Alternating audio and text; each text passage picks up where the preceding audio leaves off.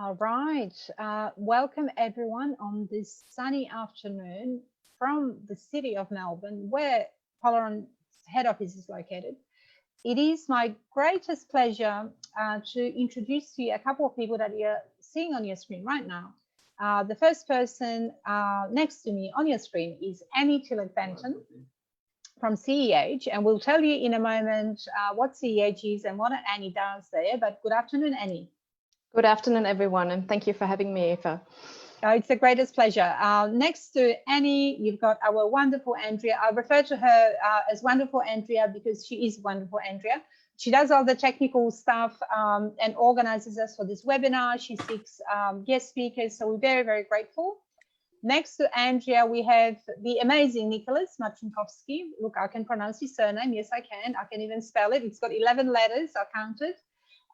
Who will be joining us today as well to talk about effective engagement of multicultural audiences in the health sector. And specifically, we're going to be talking about COVID-19 resources and making them more accessible, because it's a pretty interesting space. So we've been all working in it, you know, essentially in communication to multicultural audiences, people who are of diverse background, people whose English isn't their first language. There's all kinds of way of describing our audiences, but they mostly are people that require translations and communication in languages other than English. So let me firstly ask Anni about where she's from, what she does, and why she's talking to us today, just briefly. Hello, everyone. I work for the Center for Culture, Ethnicity and Health. I'm going to refer to it as CEH. So CEH is a small organization that improves the health and well-being of people from refugee and migrant background. And we're doing this by training service providers on health literacy and culture competence. So Thank you. Go on. So the project I'm working on is health translation. Right. And that was going to be my next question, because it is a very, it's a fantastic website. And it's like a depository of many resources in many languages, about 100, I think, to do with health. So you don't actually produce the translations, but you gather them on that amazing website. Is that right? That's correct. So health translation is a website, as you said, that works like an online library. It provides links to third-party sites with quality translated health and well-being resources. We have over 100 languages and at the moment about 22,000 resources. It's free. It's funded by the Victorian government, and the resources are produced by Australian peak bodies and government organisations. Okay, so what I might ask Andrea to do is show a couple of slides just for those that don't know us. That's me and that's Anni. So you did already say that you've been working for CEH in the translation directory portfolio. I guess that's the way to describe it, since 2014, so 6 years. And I know you personally, so I know how incredibly passionate you are about communication, about language, and about making information accessible. And I know that you work with another team member whose name is Sabine? Yes, yeah. Right. So we are incredibly grateful that you've been able to join us today. So on the next slide, we will see a few photos from the relaunch of the Health Translation Directory, which we sort of partnered up. I think this is now 18 months ago, maybe. So on that photo there, you can see we did some presentations and showcased that directory, because we were part of the, I guess, one of the presentations. But essentially what happened at that time is that you've received some additional funding to be able to do it, to run it. Because if you can imagine, it's a massive job. And I think your funding got renewed by Victorian government just recently again, is that right? That's correct, yeah. So we have been managing health translation on behalf of the Victorian government since 2014 and just received funding for an additional 3 years. We're very happy about it. Yeah, that's really good, because it's one sort of resource that's centralized, and the resources in it are trustworthy and accurate, and there's all kinds of work that goes into making sure that it is. So I'll get Andrea to show us the next picture. Yes, so that's we presented on one of the projects, which was a glossary of cancer terms, which we developed with Peter Mack and NATI and several other organizations. So I'll move on from that quickly. That's another photo. And look, I did want to touch on our work a little bit, because I think anyone that's ever worked with Polaron will know that we really truly care about the quality of the work. And that is because at the end of every translation, at the end of every video, at the end of every podcast we produce in languages other than English, there's a real person. And I think you might be able to, Annie, tell us more about the sort of philosophical approach that CEH has and Health Translation has to your work. But I think it's fair to say that I've known the organization and you guys as passionate, ethical, and committed people to good communication. Would you confirm that for me? Yeah, I mean, absolutely. As I said, we really want to improve the health and well-being of refugee and migrant, and also with health translation, we want to ensure that everyone has equal access to health services and facilities. Okay, and we spoke briefly about things like quality of translations, and it is a subjective thing anyway. What I wanted to ask you is about the processes. First of all, how does one add the resources that one's translated onto your website, and how do you vet them? What's the process? If you could take us through maybe the rationale about how someone's resource can be included on your website. Yes, so we have different ways. So one way to submit your resources is through our website. So we have a dedicated section on there, submit your resource, which I can show you later. Mm-hmm.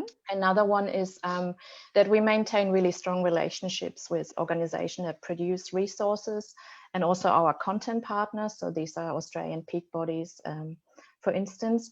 And these relationships help us to keep our collection up to date with new resources. So people contact myself or Sabina, my colleague, who's the manager of health translation, and they inform us about outdated resources or about new resources that we then add to the site. So one way to maintain quality, particularly with the COVID-19 situation where there is a lot of information out there and it changes very quickly, is we check our resources daily. We have editorial guidelines, and that means we only link to resources that are produced in Australia and that are translated by NATI accredited translators.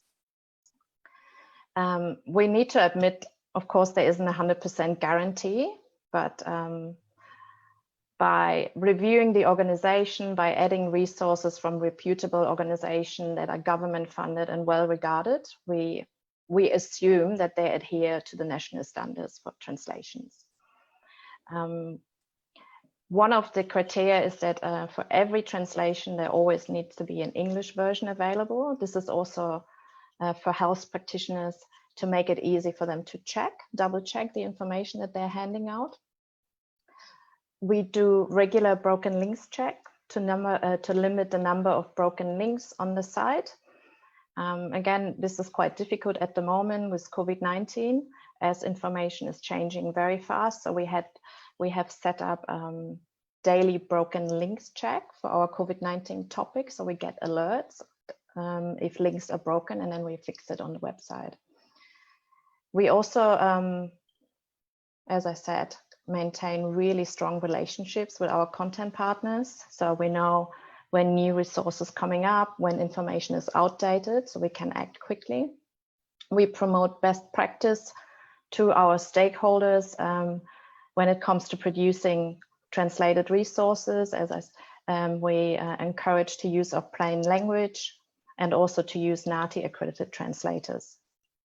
We also have a small survey on our website where we regularly gather feedback, and then those suggestions we review and we act on them. Annie, when we were speaking earlier, one of the things we covered was the history of the website, and it's a very interesting one. Maybe you could tell us about why this website was set up in the first place, in the context of some of the challenges that perhaps come up when people access it.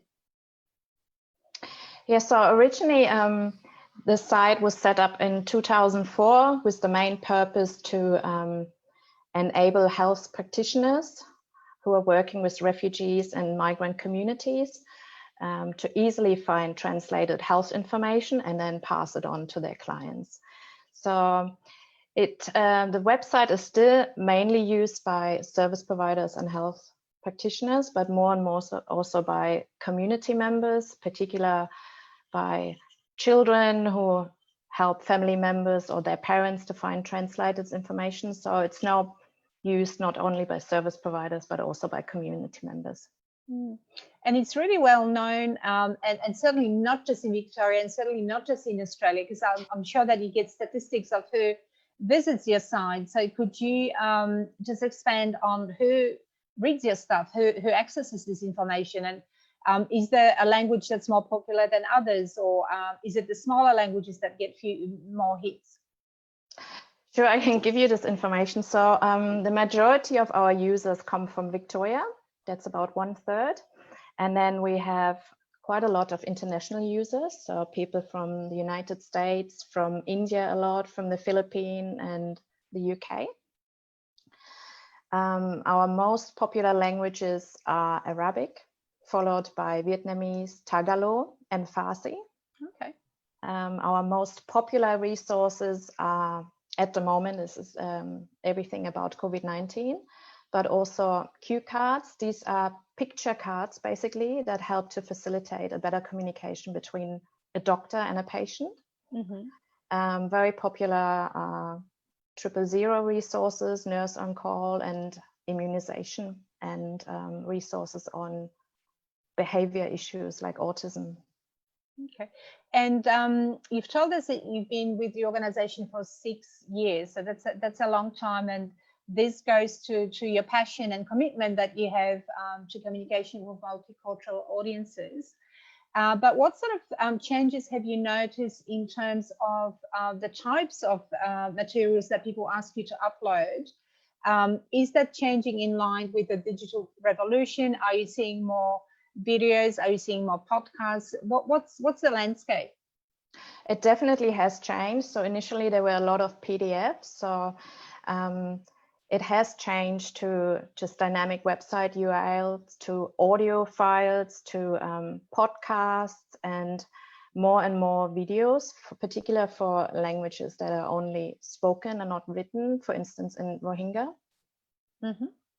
So it's definitely a shift there. Mm-hmm. Yeah, so that's changing, and it's probably going to continue to change, given that you and I don't communicate the same way we did 5 years ago when it comes to acquisition of information, particularly in communities that may have low literacy or lower educational levels. And we also, I find anyway, in our work, we are looking for chunks of information. Our attention spans are that of a goldfish or an ant, maybe even, where we just cannot absorb so much. And I think one of the points you made earlier is that there's so much being developed out there about COVID. And now the challenge is, how do you make sure that this information is correct, accurate, useful, but also not overwhelming? Is that something you perhaps have looked at or struggled with? Yeah, absolutely. So, one way is, so we review the resources very closely if we feel like they're, particularly with COVID-19, where information is changing very quick, they're outdated, we remove them. So we index them by language, by topic. So more and more we concentrate on COVID-19 resources that are developed in Victoria. Mm-hmm. And I think the general principle, I think that this is why I love this initiative, is that if something's been developed, let's share it. Let's not reinvent the wheel let's let the world know that this particular resource is available. So no, maybe it doesn't have your logo on it, but so what? Like this translation is really quite expensive, to do it well. So I think if we find ways of recycling, reusing, and sharing information, then everybody is much better off, especially if they're good quality resources, I think. And you did mention ensuring that they are done in Australia by Australian NATU certified translators. Could you maybe tell us why it's important to work with local translators? It is important because you can build a relationship with them. It's also important to ensure they follow the right process, that resources are culturally appropriate, that they are tested with the community, so that yeah.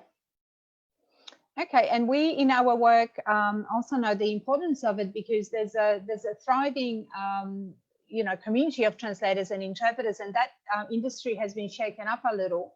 Not many interpreters, for example, can go to a home visit. Medical appointments have dropped, generally speaking, because of the situation. So therefore, more interpreters are, plainly speaking, without work, and some of them have retrained as translators. So it's also important to keep that work in Australia, and they are better placed to manage terminology or issues that are specific to local, community members, particularly, I think, in languages that are rarer and maybe don't have, translators that have many years of experience. And I know that you're going to be showing us the website itself in a moment, but can you think of an example of where, you sort of came into work, somebody told you something good about your work, and it just made all the difference to someone? So a good example of something that's made a difference that was put onto your website. Yes, I've just a couple of days ago we received an email from the Victoria Police asking if for permission to share our resources with relevant community members, and also complimenting on our work, and that we're doing fantastic work. And he said he was very proud that health translation, a central place where information is easy to find in a specific language for specific communities, exists. So that was a great compliment for us. It certainly mustn't be easy. Simple isn't easy. So given that you have 22,000 different pieces of collateral, it must be quite challenging to manage that. And you've already covered some of this where you have daily broken link checks, and you ensure that there aren't any resources that are no longer appropriate, I guess. Or because one thing that I've noticed through my work in the community for the last, it'll be 20 years in November, is that sometimes we change the way we talk about things. So for example, we talk about, we no longer talk about suffering from something. Yeah, we don't say I suffer from diabetes, we say I have mental health issues or whatever it is. But I think in the mainstream, that education happens much, much sooner before it gets to the communities concerned. Because first of all, no one thinks of translations as a priority. Let's be honest here. Often it's the last thing that people think about. And then that communication, and especially in the COVID era, I mean, we are seeing that right now where, cracks in the system are showing. So I think your work is also very important in that regard, where you are like a custodian, or you keep an eye on what's going on there. Would that be fair to say? Yeah, absolutely. And so we give regular updates, for instance, to the Victorian Refugee Health Network. Every Friday an email goes out with new resources. So then at the meeting on the following Mondays, they know what's there, and what they can promote, what resources are relevant, what they can promote to community groups. Yeah, absolutely, I agree.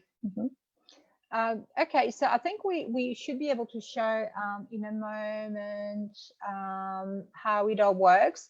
You also have a newsletter, Annie, is that right? There's Health Translation Directory has a Facebook page and a LinkedIn profile and a newsletter. Is that correct?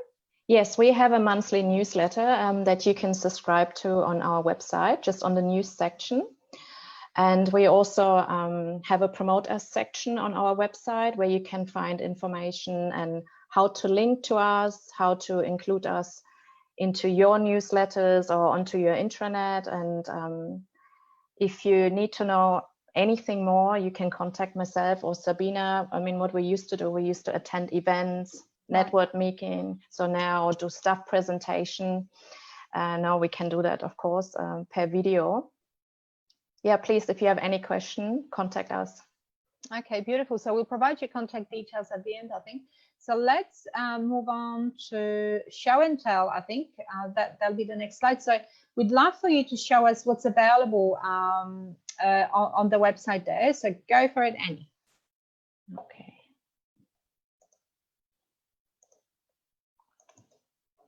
So I hope everyone can see the website. Yes, we can. Yeah, okay. So let's have a look at the site and see how you can search for information. So as I have mentioned earlier, the resources are indexed by topic, language, and also by keywords. We have more than 22,000 resources, and they are available in different formats. I mentioned earlier PDF, but more and more they're available in audio files. Videos, over 100 languages, including Auslan and plain English and easy English. So we cover over 50 topics, so which you can find here. So let's have a look at our, with the coronavirus pandemic, let's have a look at the coronavirus topic. So this is, you can see we've got over 100 resources, and if you're interested in information on COVID-19 in Arabic, you can just click on the language and you see more than 50 resources are coming up. So for a GP who doesn't really have much time, that might be quite time consuming to find information. So we strongly encourage to use our search, which you can find here. So, and search by keyword and language. So if you're interested in information about coronavirus testing, you can just enter two keywords, coronavirus and test, and then go on the language. If you're interested in Arabic, you see 3 results, and right at the end is a resource that's called Testing for Coronavirus. If you click on it, you see that this resource is produced by the Department of Health and Human Services. Each resource has an English version available, I mentioned that earlier, and a quick summary so you can find what it is about. So if you click on the English version, you can then quickly read it, check what it is about, and then just choose the language you're after. So if it's Arabic, you can then open up the Arabic resource. So Annie, all of these are housed on your website. On your website, you don't provide links out. You kind of populate your website with the resources directly. So that's where they see it, yeah? Yes, so we're linking to you are linking. Resources, that are produced from other organizations. So this would be linked directly to DHSS. Right, okay. So another example that brings us back to the search is, for instance, if you're interested on coronavirus testing in Rohingya, I mentioned it earlier, that's a spoken language. So there's a good example for a different format that's coming up. So you get some videos, or actually that's an audio file. Okay. So again, you get a link to the English resource straight away, and then further down to the resource in Rohingya. So it's a really good way for practitioners to double check what the information they're passing on. You also see when the resource has been produced, the target audience, and when it has been reviewed the last time. So just a bit more information about the website, Health Translation. We have about 2.2 million page views per year, and since the Center for Culture, Ethnicity Health took it over in 2014, we have increased our page view numbers from about 200,000 to 2.2 million per year. So we're very proud. Wow. Yeah, This achievement. Yeah, also the number of resources, they're more than doubled. So they're grown from approximately 10,000 to 22,000. And we also have expanded our collection in 2017. We included human services resources. So we now have topics about housing, employment, family violence, and legal issues, and Centrelink, which is very popular. And we also increased the accessibility we introduced a thesaurus to have a better keyword search. Okay. And our broken links rate are currently down to well under 1%. It's a really good achievement, and I think when you speak of resources to do with legal matters and housing, they all kind of indirectly relate to health. So I think that's great that you can find information on your website that keep people healthy in ways different than just the standard way that we might think of health. Absolutely, yeah. We also have a section here that is quite popular. It's called Tools for Professionals. So you can find appointment reminders, or you can check existing translation, or find your language tool that's down here. So you can check what language are your clients speaking. We have our news here. So our newsletters are archived here. You can also subscribe to our mailing list. And the Promote Us section, I mentioned it earlier, has some information on how you can link to us. You can download our posters, brochures and flyers that you might want to put up in some of community health centers or at your work. And our logos are also available. I am very, very, very impressed, Annie. That looks very easy and simple, but it's a massive amount of work, I'm sure. So thank you for sharing that. And look, people can explore the website in their own time, and it really is truly very, very easy to use. And as you said earlier, people can reach out to you, and we will have time for questions. We've already got a number of questions parked there, but I'll hand over to Nicholas now, I think, for his bit of the presentation. And Nicholas will talk about a glossary of COVID terms that we have set up. So over to you, Nick. Thanks, Eva. Yeah, so hello, everyone. I just want to talk briefly first about the situation that's happening. We all know it by now.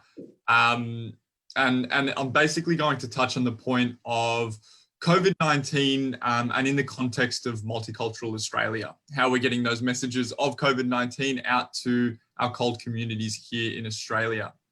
So you'll notice that one of the points I've put here on the slide is that up to 20% of Australians don't receive adequate information about COVID-19 in their language. Now that's a staggering statistic if we look at the importance of the current crisis and pandemic. The fact that there's 20% of Australia, our CULT communities, that isn't receiving information correctly in COVID-19 is really, really worrying. And that's why things like the Health Translations Directory, where we're localizing all the information and making it more accessible to reach that information, are really, really good initiatives that all organizations need to practice. Now, I'm not saying that we all need to develop a Health Translations Directory like CEH, but there are little things we can do to increase our accessibility in terms of COVID-19 information. Some as small as creating a multilingual glossary. Now, I'm going to be speaking about a COVID-19 glossary that Polaron has developed in early March. We did this initiative as we were very worried with the landscape that was presented and the fact that information was being produced in mass amounts with no uniformity. So what we did is we developed this COVID-19 glossary, and you'll see a quick screenshot of our webpage here. It houses 20+ languages, so we've done it in multiple languages. And what this does is it's a bilingual template. Basically, we've got English on one side, English terms related to COVID-19, and we've gone through translated, checked, and then got those terms community approved or reviewed by the community. Now, what this does is it ensures uniformity across all of those terms. So when we go through with translations in relation to coronavirus or COVID-19, we're able to use this resource and make sure that we're getting all of the terminology consistent with the glossary.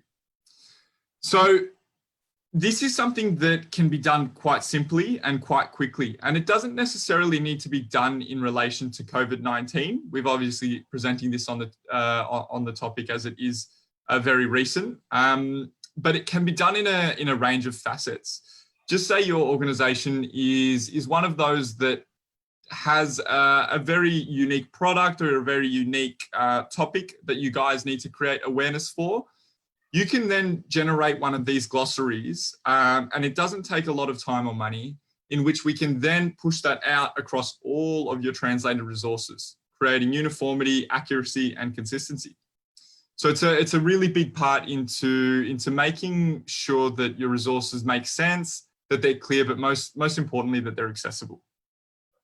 I might jump onto the next page here, or the next slide if we can, please, Andre. I just want to show everyone a few examples of what that looks like. So you'll see here now that it's super simple, and we've done it into multiple languages, but you don't necessarily have to do that. If you know that there's an audience of yours that is more prominent, say the Chinese, Vietnamese, Arabic community, then you're able to just do it in those 3 languages or in as many languages as you really require. Now, you'll see here that it is simply just English on the left-hand side and then the in-language on the right-hand side. Now, this has allowed us to go to our translators and our teams of community leaders and checkers and basically get the content completely accurate and consistent across all of our clients' resources. So this is definitely a tool that I would recommend if you haven't got one already in your organization, definitely explore it. I know for a fact that CEH have also invested in developing multilingual glossaries. We did this a while back, but it's still very relevant today. And also on the Health Translations website, I'm sure you'll be able to find glossaries of the like in other resources. I think I'll just jump in there. Yeah, jump in. I just wanted to add that as the pandemic was developing and we were all in a state of shock, new terms were being used by people, like flattening of the curve and lockdown, and in many other languages just don't exist. So the other issue, of course, is that a word like lockdown might have a perfectly fine alternative in Poland or in Germany or Serbia or wherever, but people here are not familiar with it. So sometimes there needs to be a bit of negotiation and agreement between translators as to what we are going to use, because if you don't use one term for some things, people are going to be confused. So one of the reasons we wanted to get this off the ground very quickly, and I think it's available in something like 60 languages. Yeah. Is so that we give the translators some tools and some uniformity, so that every time a new translator picks up a piece of work to do with COVID, they don't reinvent the wheel. And then the resources that are developed based on that have that uniformity built in. Yeah, definitely. And I think what we saw with this COVID-19 crisis, especially in between the lockdown stages here in Victoria, I know for a fact, was that there were a lot of government authorities and organisations out there looking to produce information in the first stages. And then there were multiple translation providers or translators working on these resources. So it was very, very difficult for organisations to find that kind of consistent approach to delivering that information. And what happens then, and Eva, you'll be able to agree with me on this, is that once we've got multiple providers working on resources, multiple translators and checkers working on resources with no kind of glossary or map to go off of, we're going to end up with, hundreds, if not, thousands of different pieces of information that may not correlate. And what that does is it actually puts cold communities in Australia at a bit of a risk, at a bit of a disadvantage, because here they are, You know, they don't get to chuck on Channel 9 News or Channel 7 News and listen to Daniel Andrews speak. They have to rely on the resources that are published. And if we're publishing resources that aren't consistent, they aren't uniform, and they don't correlate with each other, then that's just completely misleading to those communities. They're looking at information and now they don't trust that information. They're worried for what they need to do next. And this is where risk comes. And this is where, and this is up for debate, obviously, but this is where the pandemic could have been managed a little bit better for multicultural Australia. Yeah, absolutely. And we're seeing a lot of criticism and a lot of cracks in the system, which is something that was kind of happening anyway in many ways. And it's difficult for service providers like us or even CEH to be vocal enough for organizations to start listening. And hopefully people are now listening, but let me give you an example of what can go wrong if you don't have a glossary of terms. So something as simple as a job title, Chief Medical Officer. I've seen it in various languages translated in 4 or 5 different ways. Okay, so when a person that you've translated your information for gets it, every time it's translated differently, they think it's a different job or a different person, right? So it just adds to this confusion and this lack of clarity about what we're talking about. So I think something as simple as a very basic glossary of terms that you're seeing on your screen should really help you manage your linguistic assets, or it doesn't matter which translator you work with at the end of the day, as long as you have internal resource like that and you say to them, please use this because this is an agreed, approved term for lockdown that we have agreed with the Greek community that we're going to use. And I think what it does then, first of all, it's more respectful to the community because you then understand what they actually need. But secondly, it's there and you don't have to, come up with it every time you translate something. Yeah, I agree completely. And I think a lot of people are in the same boat, and it can be difficult as an organization to prioritize your resources, especially if you're a communications manager or a brand manager or a marketing manager. It can be difficult to understand what priorities are in a pandemic like this. But like Eva's mentioned and I've mentioned, it's not too difficult to do this, especially if you do have a translations portfolio.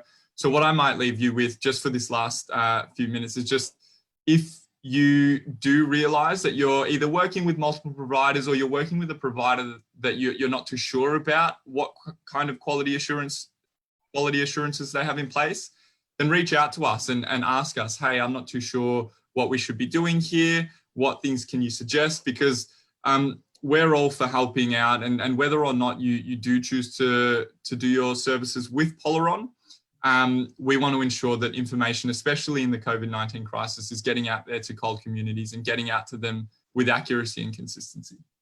And I also know that Anni and CEH and Health Translations often support people on that journey, especially if you've never done it before. So I'm sure that that's a resource that can be, first of all, accessed. So we suggest if someone wants to do translations, we tell them first, go to the Health Translation website and see if it's have a look if it already exists, right? Because you could be spending your money on something else. You could be spending money on interpreting services or developing something other than what you have in mind. We also tell people often, please do not translate glossy brochures with pretty pictures, because it's not what works for communities. So Anni's already showed us quite a few examples of recorded information. There are videos. There's so many good practice examples on that website that I would strongly encourage you to have a look.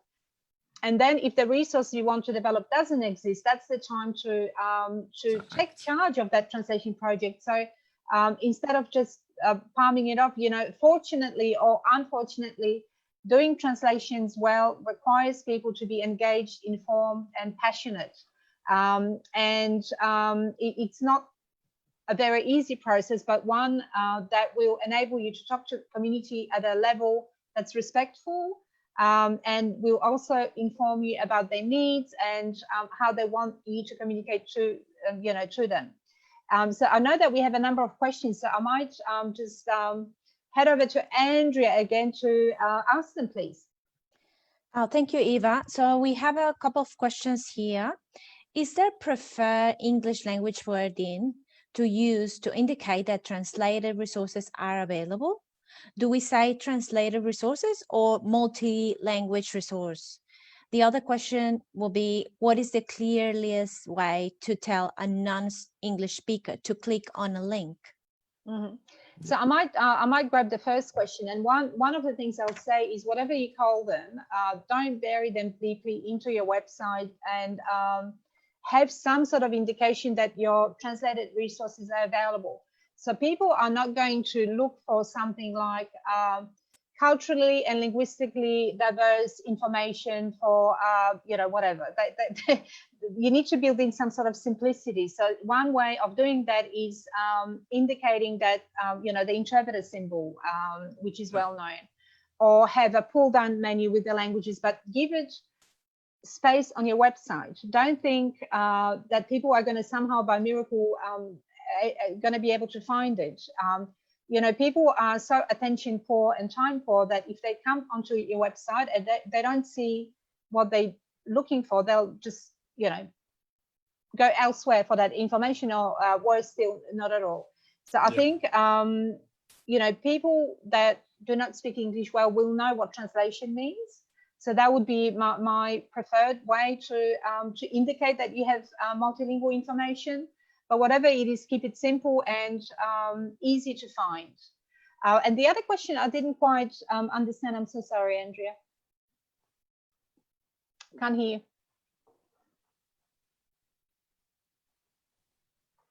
Sorry. So the question is, what is the clearest way to tell a non-English speaker to click on a link?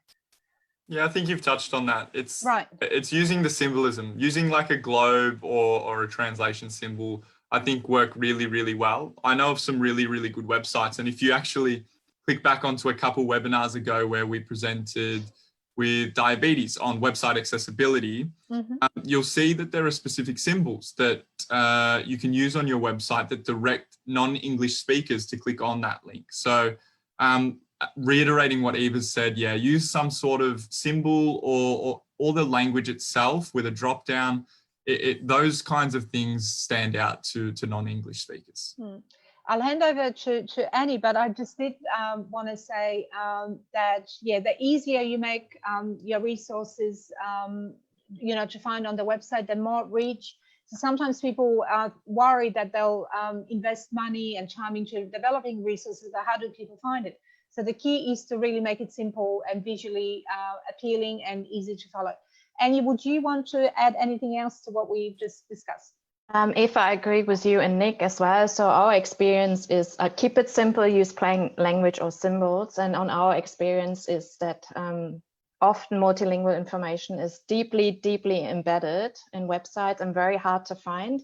Also, if you produce translated resources, contact us. We're happy to link it, because what makes a health translation so unique is that it is all on one place and it's easy to search, and we do the indexing and cataloging for you already. I mean, one example is Diabetes has a multilingual portal, and talking with them, they said, we go straight to health translation, because even in our portal, it's very difficult to search for certain specific topics and resources and languages. Thank you. Andrea, I can see that we have a multitude of questions. Go for it. Yes. You have mentioned in your previous webinars that it can be quite difficult to locate translated information on a large majority of websites. Is this something that needs more focus, given that a lot of the amazing work that it's being done is sometimes unreachable? Totally, and I do feel a sense of frustration when I go to, say, Ambulance Victoria or some governmental website where, if I was a non-English speaker, or if I struggle finding information, there's no way in the world that I would actually find it. Because even if I search for things in my language, it wouldn't get me there. Or even if I know of the website, I'll go in and I know that website real estate is very precious and priceless, but I think if each of the organizations that has translated resources applies a couple of very simple principles, that you should have some sort of visual indication that you have translated resources on your homepage. But the other thing is, and this is what Diabetes Victoria have done, is that it's a 3-click principle. Like you shouldn't have to click more than, I think, 3 times to find information. So for anything that you've got, and it's actually harder to do that than you think, because you need to think of that structure, of those logistics, and there's so many competing priorities. But to answer that question, definitely, and it's not about box ticking, it's really about thinking, okay, who needs my information the most? And sometimes these communities are very small in numbers, but they never get any information translated or made available. So it's about that commitment to, because we talk about Australia being multicultural, but I don't know how accessible the information that we develop is to multicultural communities. So if we talk about it, let's actually, what do they say? Walk that talk, talk that walk, one or the other. But I think it's about each organization's commitment to really seeing it through. And there are heaps of really good examples on the Health Translation Directory as well. So it's about, spending a bit of time and looking at, okay, what have other people done? What works? What resonates? And we've got more questions, Andrea. Yes. What is Polaron's position following the article published by the ABC this morning around the poor quality of translations delivered to communities? Yeah, it's a very topical one. It is, and we had that discussion in the morning during our catch-up, and I felt gutted when I read it. Yeah. For a couple of reasons. One is that what does it take, because we've been speaking of this for such a long time, trying to educate people that are in charge of communication, that you cannot just tick boxes, you cannot leave it till the last minute, you cannot do it as an afterthought. So I kind of personally, I felt a bit winded by it all. But then if you start reading between the lines, there's a couple of really worrying things in there. For example, one is that there's no mention of Ngāti in that article. Okay, so we talk about, translators, that they should be local, but there's no mention of the organization that's key to our conversations. Ngāti's input is included in all the policies, whether that's federal or state government. And also some of the language around bad translations was very vague. So you see, just this morning we held a session on handling translation feedback. So if someone says about my translation it's really bad, of course I'll feel terrible about that, but tell me what do you mean? Like what's bad about it? Is it my style?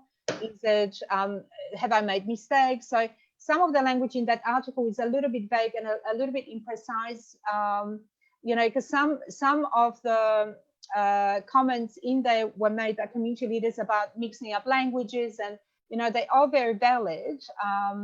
And as an industry, we should do better. We must do better. But it's about developing relationships with clients, with organizations like CEH, where we're honest about where the translations are being done. I mean, with all due respect, some of the people quoted in that article do their translations overseas. How do you think I feel about that? I shouldn't be saying this, but I am going to say it. It's not good, right? Because they, all the stuff that we talked about this morning, the local context, the local communities, the local translators who are at the moment have not a lot of work. All of that got outsourced overseas, and then the organization is quoted as an authority about translation. Well, I have a few issues around that. So that's our position, and we try to be, we try to stay positive and very much concentrate on education and, try to support communities and do the right thing and be ethical. Sometimes it's difficult. Today was one of those days. Yeah, agreed.